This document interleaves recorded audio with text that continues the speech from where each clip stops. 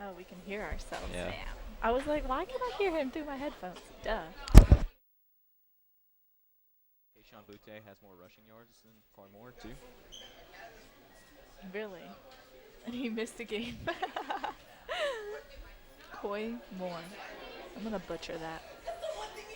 It's really a pretty outlandish take Coy Poor. to go out and do that. Go out and say I'm the best wide receiver. He wasn't even like the second or third best on LSU's offense last season. Nope. Yeah, I mean it's more of a confidence. Wait, what's the name? Coy Moore. The other Auburn? Javarius. Javarius Johnson. Javarius Johnson.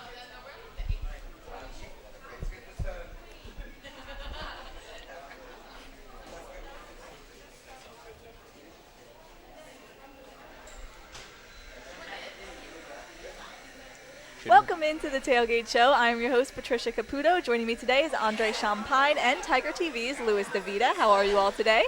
I'm doing well. What about you? I mean, I'm doing good. I mean, I'm happy to be on the show. Thanks for having me, guys. I mean, it's a big week for LSU football, first road SEC.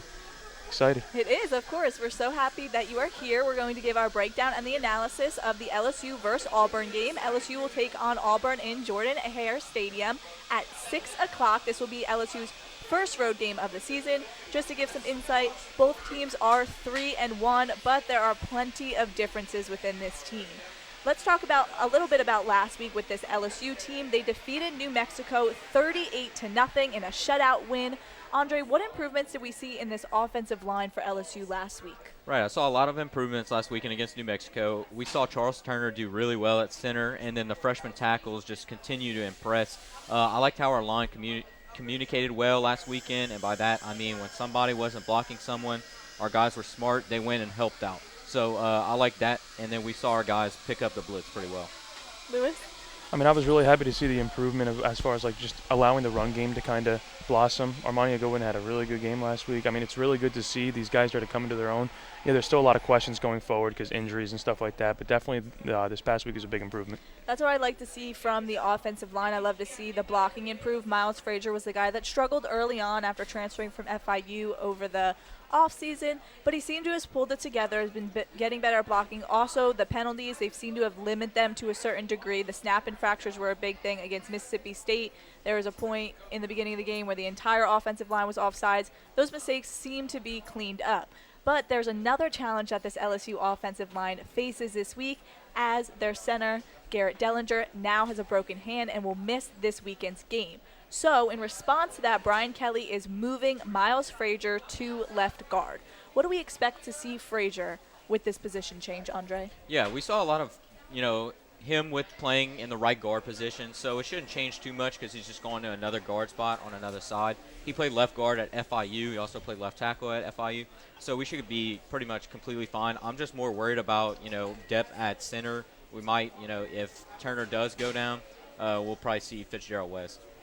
I mean, I'm just really excited to, it's good to have flexibility to be able to play both guard spots. And I definitely think if he's able to do that, it's definitely going to make him a more flexible player. And especially if another player goes down or if this hand injury continues to be an issue, it's going to, open up more opportunities. What we've seen from Miles Frazier is that he is a better tackle than he is a guard. But you have a guy like Campbell on that left side. So they put Miles Frazier there. He has the experience there at right guard. It is the best move for this LSU offense to go in and put Frazier in, who at least has some experience. It's not like you're putting in a freshman.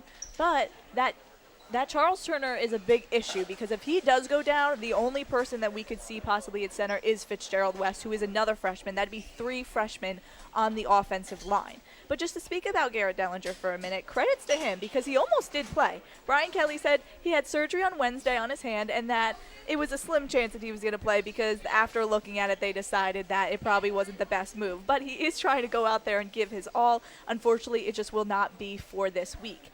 As a result of that, does this offensive line, because of its changes, have more penalties? I don't think so, to be honest. We saw a lot of that last weekend. So I think after last week, the line's going to have it cleaned up after a whole week, of fixing that. Yeah, I definitely agree. I mean, as long as the O-line continues to mature as far as, like, due diligence when it comes to keeping the penalties, it's obviously want to get it lower the amount of penalties, but I mean, we just went out and proved that we can win with that many penalties. You obviously don't want that many penalties, and we're opening up facing like our first road SEC opponent. So I mean, obviously there's going to be different elements added to that. So I definitely think they're headed in the right direction. It's just staying consistent. Consistency is a big thing. Similar to what you said, Lewis, is that what I could see drawing penalties is just that they're on the road. There is no purple and gold, or not a ton of purple and gold in the stands this weekend, as they are away at their first true road game, especially against an SEC opponent, and especially one in Auburn, which we know has a long history of some battles and some weirdness going on, which we will talk about at the end of the show. Let's move on to the quarterback. Jayden Daniels, we've mentioned this before, he's been such a huge asset for this LSU team, but last week against New Mexico, he did look a bit rattled. He seemed to just have trouble reading some defenses, throwing passes. He does have a back strain, but is expected to play, so possibly that could have been a result. But he's playing in his first road game. He was originally at Arizona State in the Pac-12, so very different from going from the Pac-12 to now an SEC road game. Does this cause him to make the mistakes we have not seen yet this season? So y'all know I'm hard on Jayden Daniels. You are. But I'm going to say he's going to go off this weekend. I think he's going to surprise us just because he's going to pass it more than he often does. I don't think him playing in his first SEC game is going to be the factor because, he's got the experience. He's got it all. He's been on the road in the Pac-12, which isn't the same, but he just has that laser-sharp just focus. And he just needs to bring that to the guys, like the freshmen on our team, the guys that haven't been in that environment. He needs to just say, hey, guys, we need to shut it out, just play our game of football. Yeah, I mean, I definitely agree. Jayden Daniels, obviously, it's a very different situation. Pac-12, SEC, two very different conferences and stuff like that. So when you look at Jayden Daniels, obviously he had a lot of, vision issues as far as like finding the open man and stuff like that. But if he can zone in and find his groove, I guess, definitely I realize that when LSU runs tempo offense, when you keep it going, it keeps him sharper. He gets to use his legs more, and that's his biggest strength, his ability to scramble. Now, does he sometimes scramble when he has a 50-yard check down possible? Absolutely.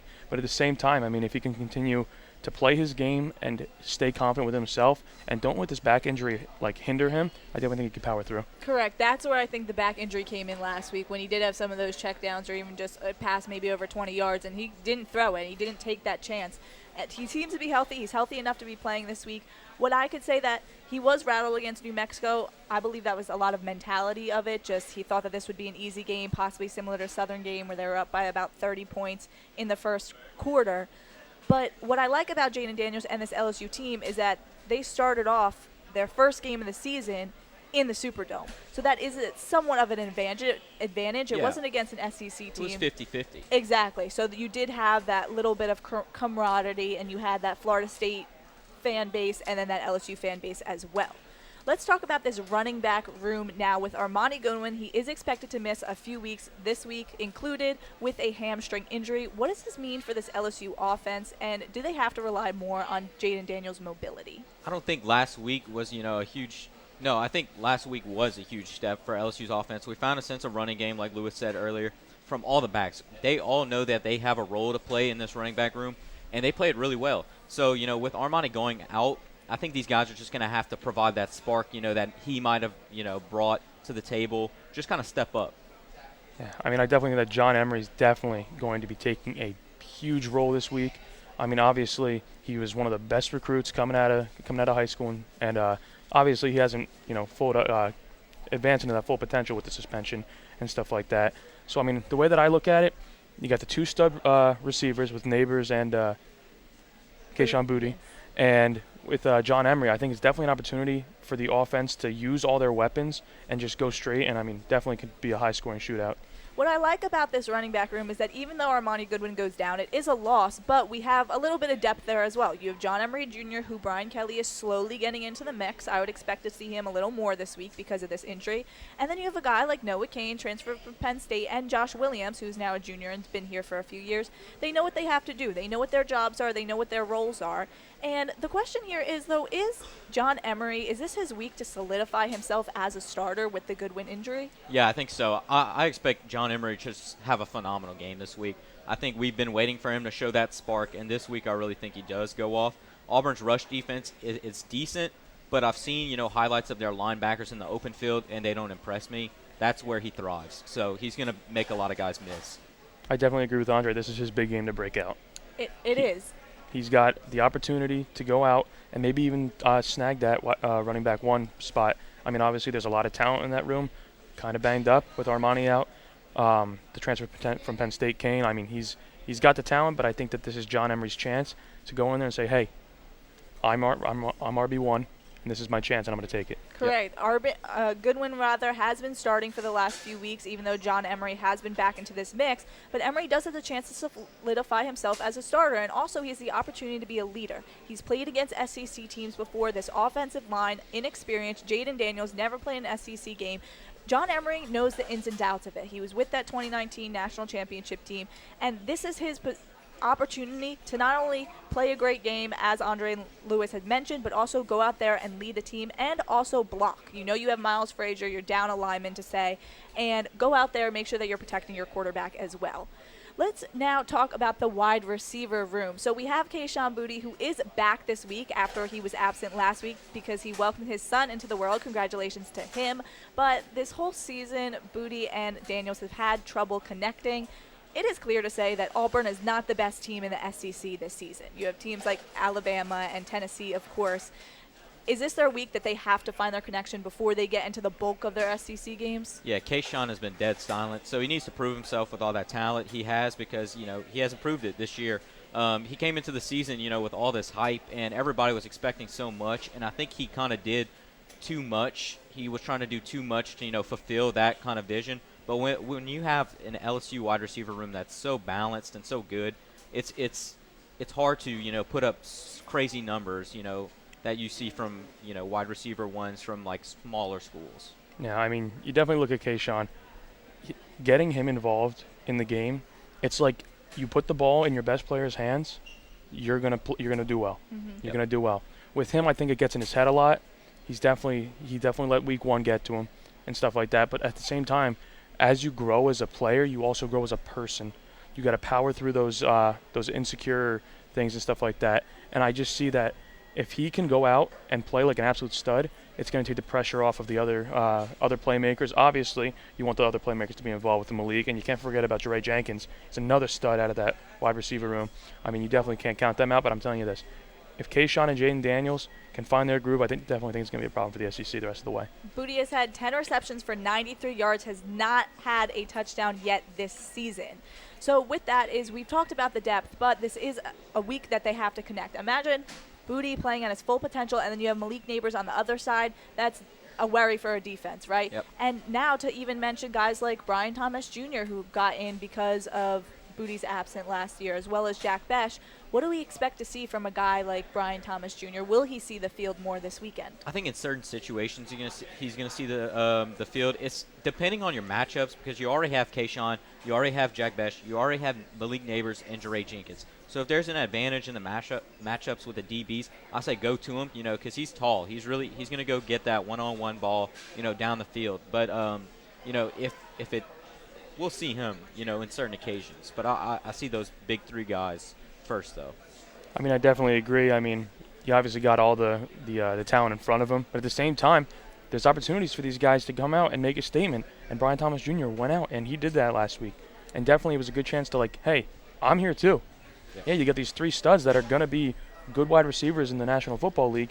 Don't forget about me. I can come in. I can make some waves too. He led the team last week in receptions with 3 receptions and 76 yards. He led the team. So he did make his statement game. The problem is the depth here in this wide receiver room, but that's a good problem to have if you're LSU's offense.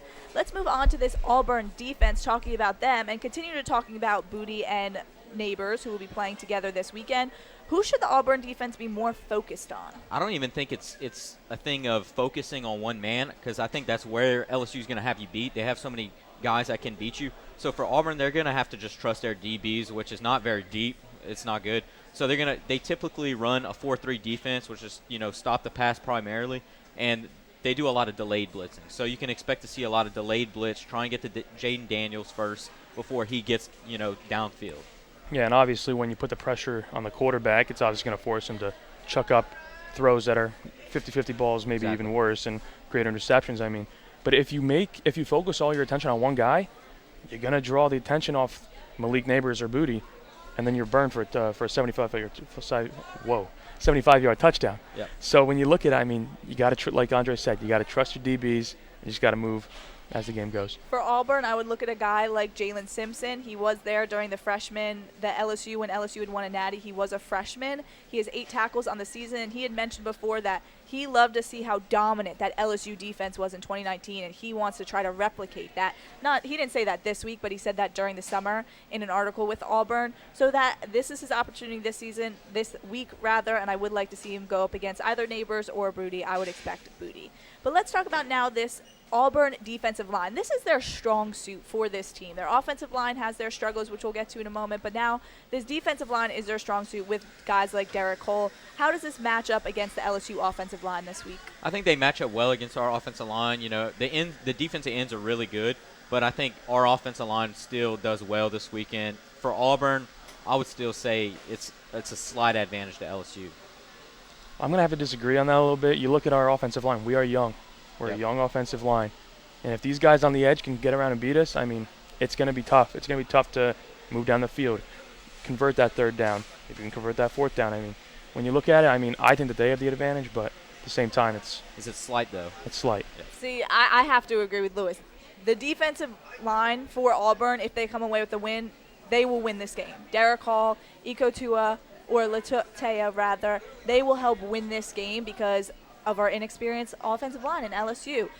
They have 2 freshmen. We've talked about that with the tackles. And now you have a change. Garrett Dellinger won't be there. You have to get to their weakness. And that's where a guy like John Emery Jr. comes in handy because he does have to be there and be that extra guy to be there and block. And also another tight end like Cole Taylor also could be there to block as well.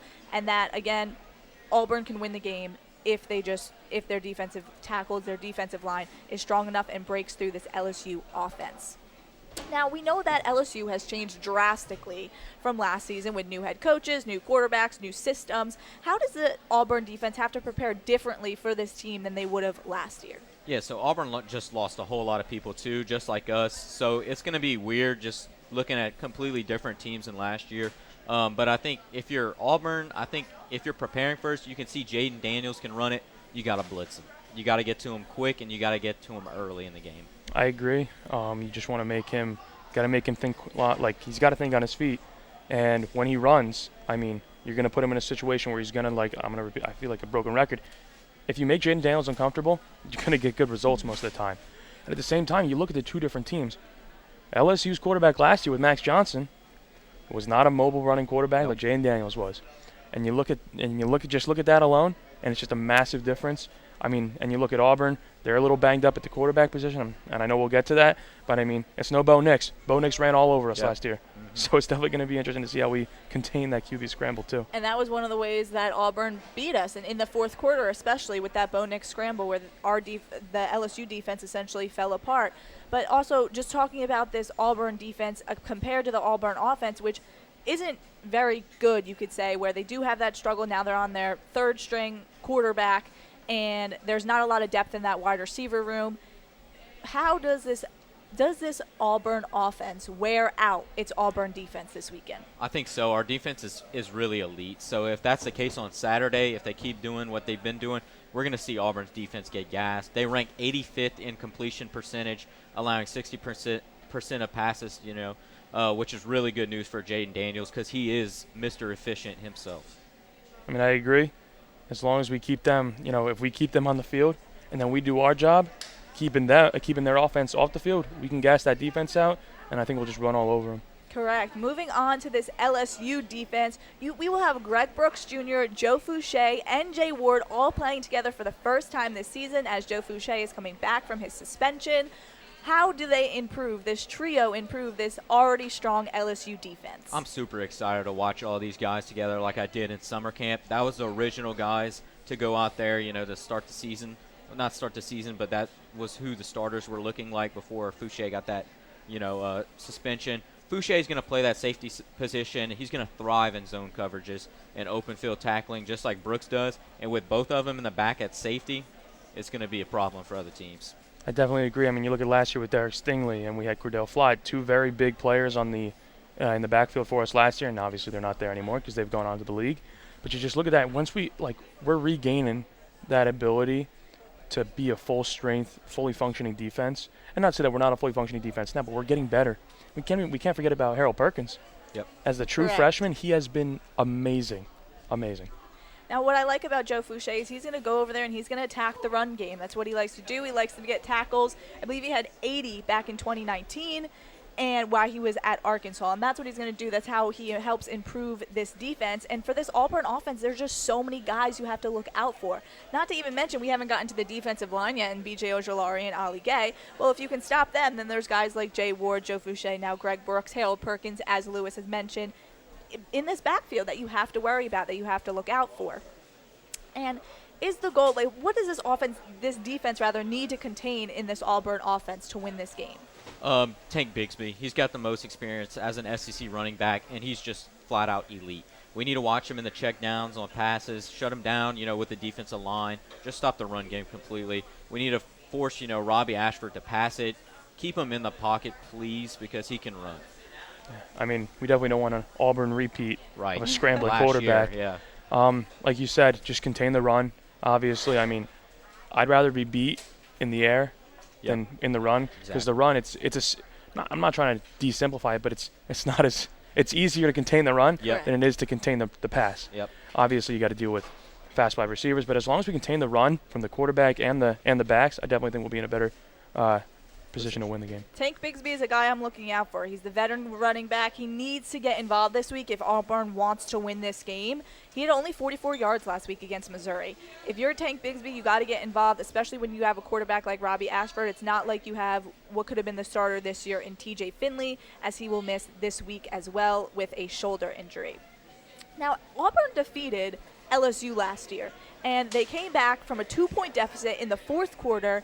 And it was the first time in 20 years that Auburn had defeated LSU in Tiger Stadium.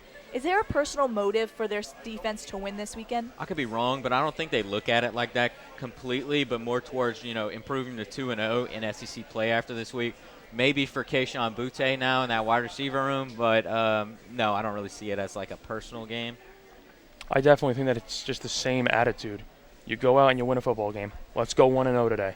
That should be the mindset every week. Shouldn't go out there trying to lose.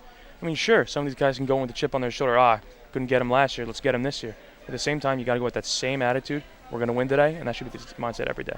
When I worked that game versus Auburn and LSU, and I just saw the mistakes that rattled this defense in the fourth quarter, where they thought that they just had this game secured. It was squared away. They were ready to move on to next week, and that's not what happened. And Bo Nix showed that, even though he's transferred to Oregon now and gone. But the same thing could happen this week with Auburn, where they go in, they think, okay, we have a backup quarterback in Robbie Ashford. The offensive line for Auburn isn't too great. They don't have a lot of depth in the wide receiver core. This could be an easy win. There's not going to be a ton we have to do. And if they go up by 2 or 3 touchdowns, they think they have it squared away. But if you know anything about the history between Auburn and LSU, you know that's not true and that anything can happen in this game. So that's what the defense has to be prepared for. They have to be ready. They have to be on their toes for all 4 quarters.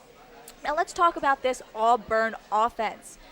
Just about Tank Bigsby. Is the way that they win this game is him getting involved? Oh, yeah, for sure. He's the heart and soul of this offense. He's going to have to make crazy plays, I would say, just for them to, score, because I don't see them scoring, in any crazy ways besides Tank Bigsby.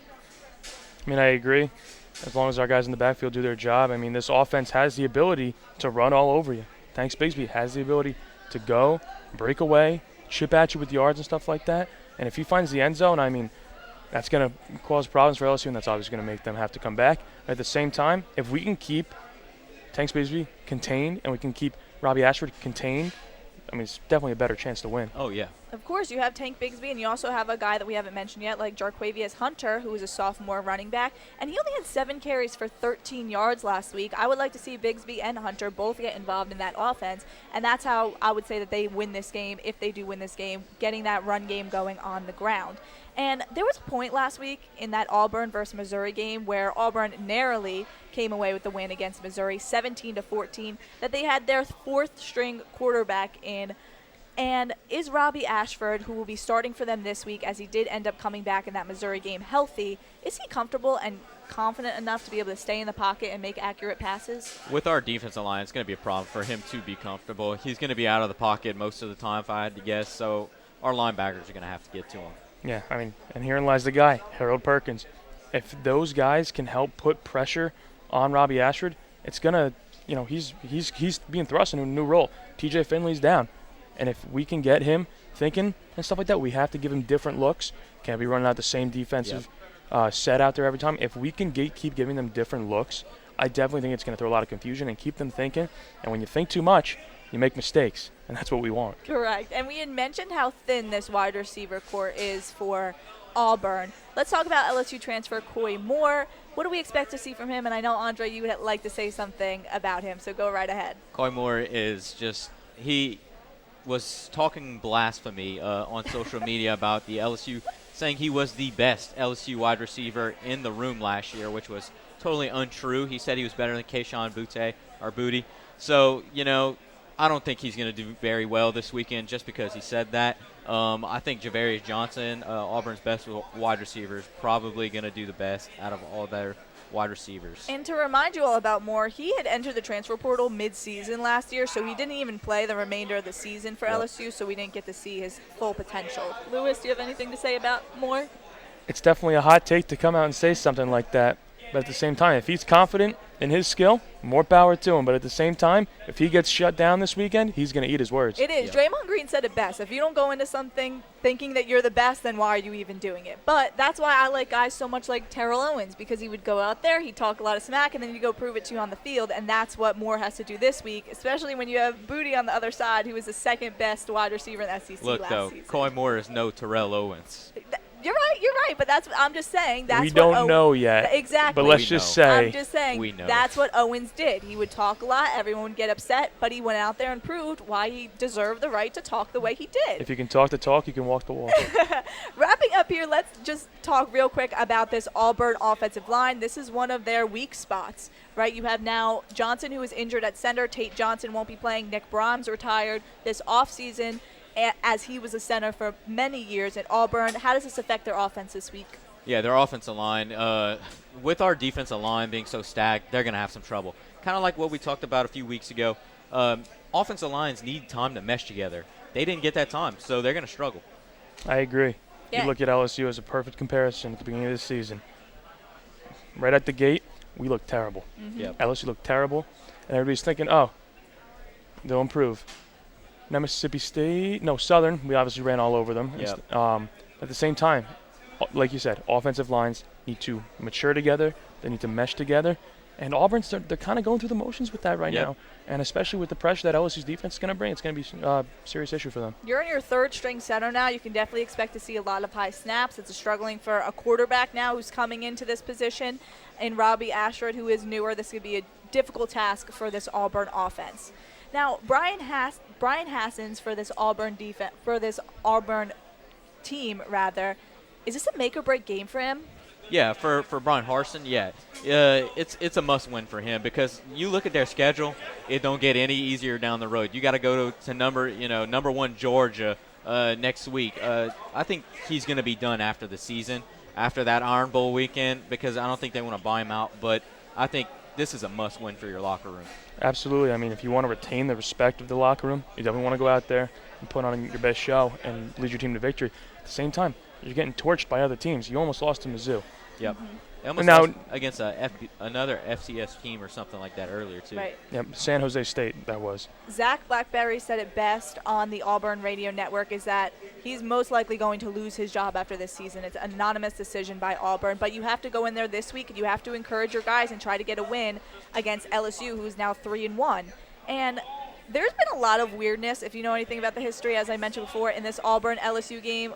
Does any strange moments happen today? I don't think so. Maybe like a John Emery, long touchdown, crazy touchdown or something. I don't see anything crazy tomorrow. I mean, who knows? It's football. I mean, they say any given Sunday. What about any given Saturday? Yeah. Anything can happen. We saw it last week. Jack Besh almost had he took one of their house on a punt return. And do I think that's going to happen this week? You never know. But at the same time, stranger things have happened. There's been buildings set on fire at the Auburn game. Les Miles running out of time where they weren't able to win the game. You also had just Auburn one time stepping on the eye of the LSU Tiger. That caused a lot of controversy as well. The craziest things I see happen this year is Harsin gets fired after this game. And there also was Hurricane Ion, sending all of our thoughts and prayers to everyone who was affected. But that was also a factor into part of the weirdness of this game, and thankfully it did pass Auburn. With that being said, let's get to our score predictions. Andre, who comes away with the win this weekend? I got LSU 34-20. I think that's a bold one. I'm gonna take LSU 28-17. I definitely think it's. I don't think LSU is gonna put up 1,000 points. And obviously 34 isn't 1,000, but I definitely think LSU is gonna come with a win with 2 scores. I think LSU wins 30-14. Auburn struggles to put points on the board. Possibly they get a garbage time touchdown, and this LSU defense comes in clutch, helps this team win the game, and solidifies a win. They move to 4-1, and Auburn will drop to 3-2. That is all we have for you today. Thank you so much for joining us. This is LSU will take on Auburn at Jordan-Hare Stadium at 6:00 p.m. on Saturday. Patricia Caputo, Andre Champagne, and Louis DeVita. This has been the KLSU Tailgate Show. When I'm in Baton Rouge, the only thing I listen to is KLSU Baton Rouge, and I listen to The Widowers with Matt